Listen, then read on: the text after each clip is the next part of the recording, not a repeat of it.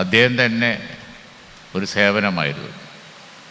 ജീവിതം പരോപകാരത്തിന് മറ്റുള്ളവർക്ക് വേണ്ടി ഒഴിഞ്ഞു വച്ചിരുന്ന അസ്ലം, ഞങ്ങളുടെയൊക്കെ അടുത്ത സുഹൃത്ത്, എപ്പോഴും എല്ലാ കാര്യങ്ങളിലും കൂടെ നിന്ന് പ്രവർത്തിച്ച വ്യക്തി.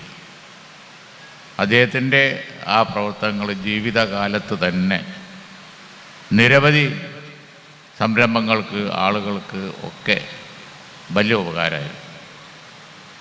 മരണപ്പെട്ടപ്പോൾ, അദ്ദേഹം ഇഹലോകവാസം വെടിഞ്ഞപ്പോൾ ആ പേര് AP അസ്ലം എന്ന ആ പേര് ഇന്നിവിടെ കാണുന്നത് പോലെ അനവധി പ്രവർത്തനങ്ങൾക്ക്, ഇവിടെ തങ്ങളൊക്കെ പറഞ്ഞതുപോലെ അനവധി വളരെ അർഹിക്കുന്ന ആളുകൾക്ക് ഉപകാരപ്പെടുന്ന, വളരെ കണിശമായി ശ്രദ്ധയോടുകൂടി എത്തേണ്ട ആളുകൾക്ക് എത്തണം എന്ന നിഷ്ഠയോടുകൂടി നടത്തുന്ന ഒരു വലിയ ജീവകാരുണ്യ, സാമൂഹ്യ സാംസ്കാരിക, അതുപോലെ തന്നെ ദാനധർമ്മ പ്രവർത്തനങ്ങൾക്ക് കാരണമായി. അദ്ദേഹത്തിൻ്റെ പേര് അദ്ദേഹം വിടവാങ്ങിയതിന് ശേഷം അതിന് കാരണമായി. അതിലൊന്നാണ് ഇന്നിപ്പോൾ നമ്മൾ ഇവിടെ കാണുന്നത്.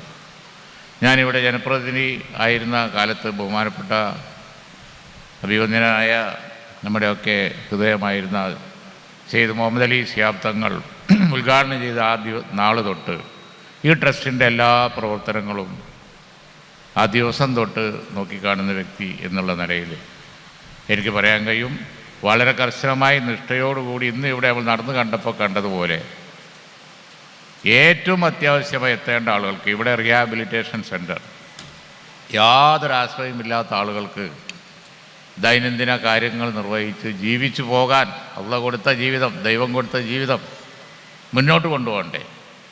അതിനുള്ള അത്യാവശ്യ കാര്യങ്ങളെങ്കിലും അവരെ പഠിപ്പിച്ചെടുക്കാനും നിർവഹിക്കാനും ഒക്കെ പ്രാപ്തകളാക്കുന്ന വലിയ ഒരു സേവനമാണ് ഈ പ്രവർത്തനങ്ങൾ. അസ്ലമിൻ്റെ തങ്ങളിവിടെ പറഞ്ഞതുപോലെ അസ്ലമിൻ്റെ സഹോദരന്മാരും ബാക്കിയുള്ളവരും എല്ലാമായി മുന്നോട്ട് കൊണ്ടുപോവാണ്. തീർച്ചയായും അവർ പറഞ്ഞ പോലെ തന്നെ ഇത് അവർക്ക് ദൈവത്തിൻ്റെ പക്കൽ, അള്ളാഹുവിൻ്റെ പക്കൽ അതിനുള്ള ഉപകാരം കിട്ടട്ടെ എന്നുള്ള നിലയിൽ അവർ നടത്തുന്ന ഒരു പ്രവർത്തനമാണ് എന്നുള്ളത് നമുക്കൊക്കെ ബോധ്യമുണ്ട്.